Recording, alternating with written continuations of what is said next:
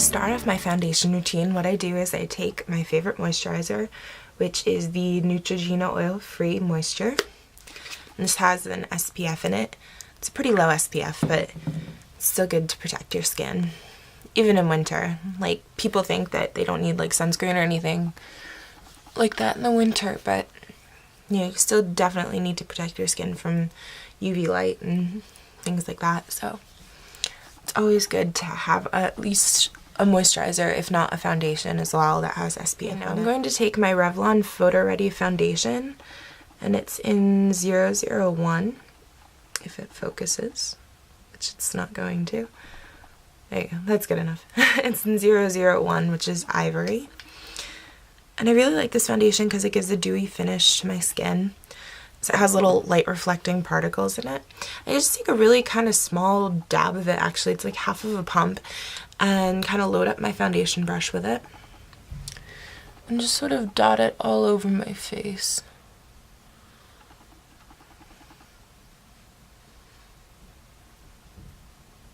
Make sure I get in the crevices by the side of my nose because it's where I get redness.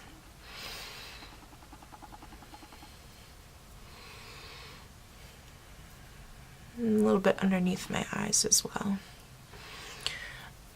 And then just blend away. Yeah, I really like this foundation because it does a really good job of sort of doing a preliminary kind of coverage of my blemishes. And it helps get rid of a lot of my redness.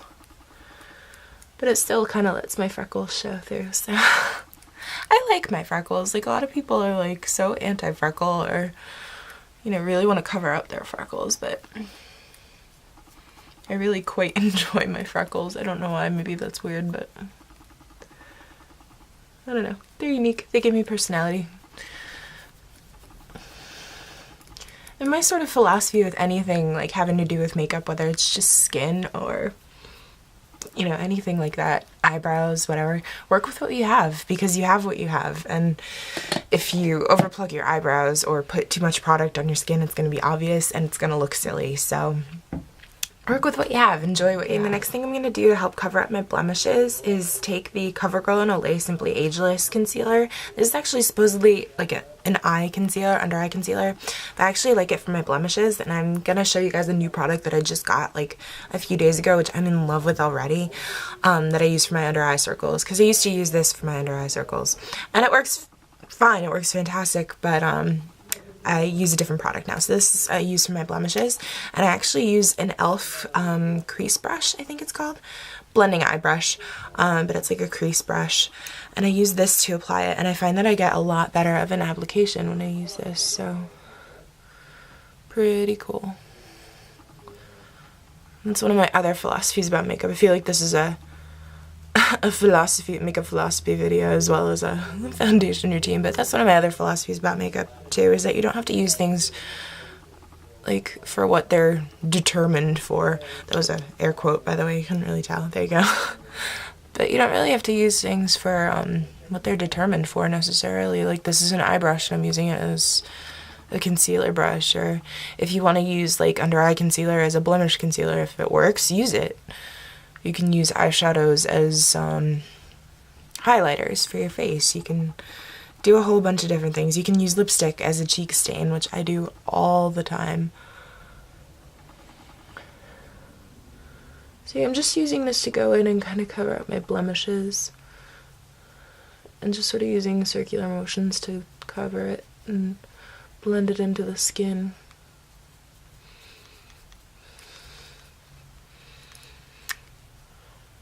And I just put a little bit around my nose because I get really red around my nose.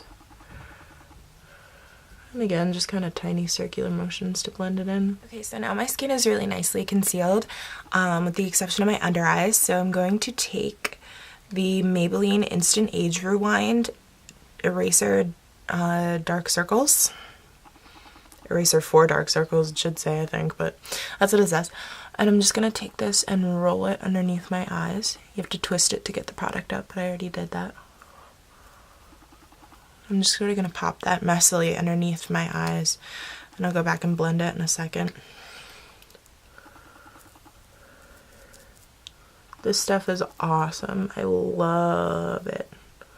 Like I said, I've only had it for like a few days, but I'm already like totally enamored with it. And I just go back with my ring finger and just sort of blend it. This lighting is really awful. It's like making all of my flaws stand out, which I guess is actually kind of good for this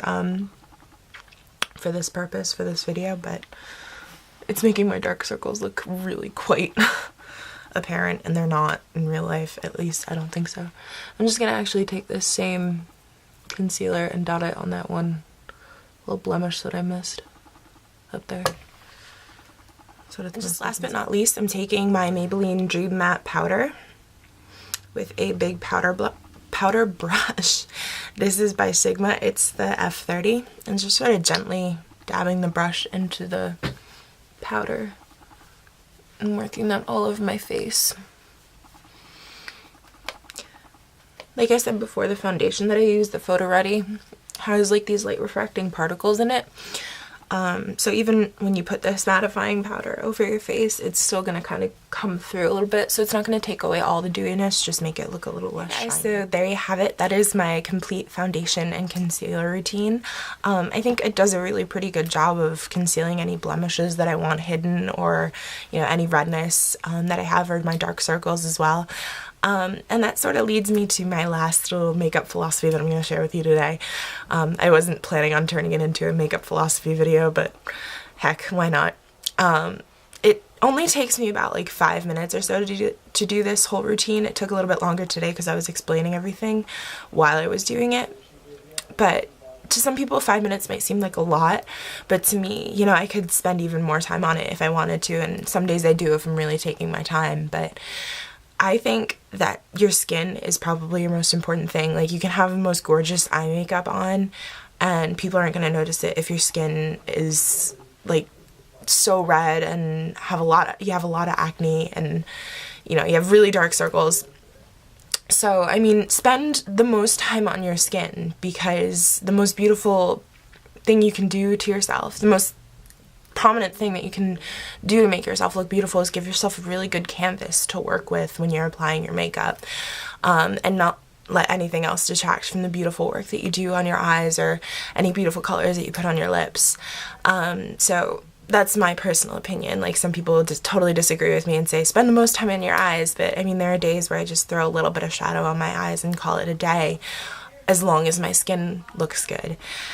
And, you know, speaking as a college student who sometimes, you know, is lazy in the mornings and doesn't want to roll out of bed for her 8 o'clock class, you know, if I roll out of bed with just a little bit of time to spend, you know, getting dressed and doing my makeup and such, I will spend the majority of the time that I have for my makeup, even if it's just 5 minutes, I will spend that 5 minutes on my skin and maybe throw on a coat of mascara or something and call it a day. Because to me, the skin is the palette that you work from, and if your skin doesn't look good,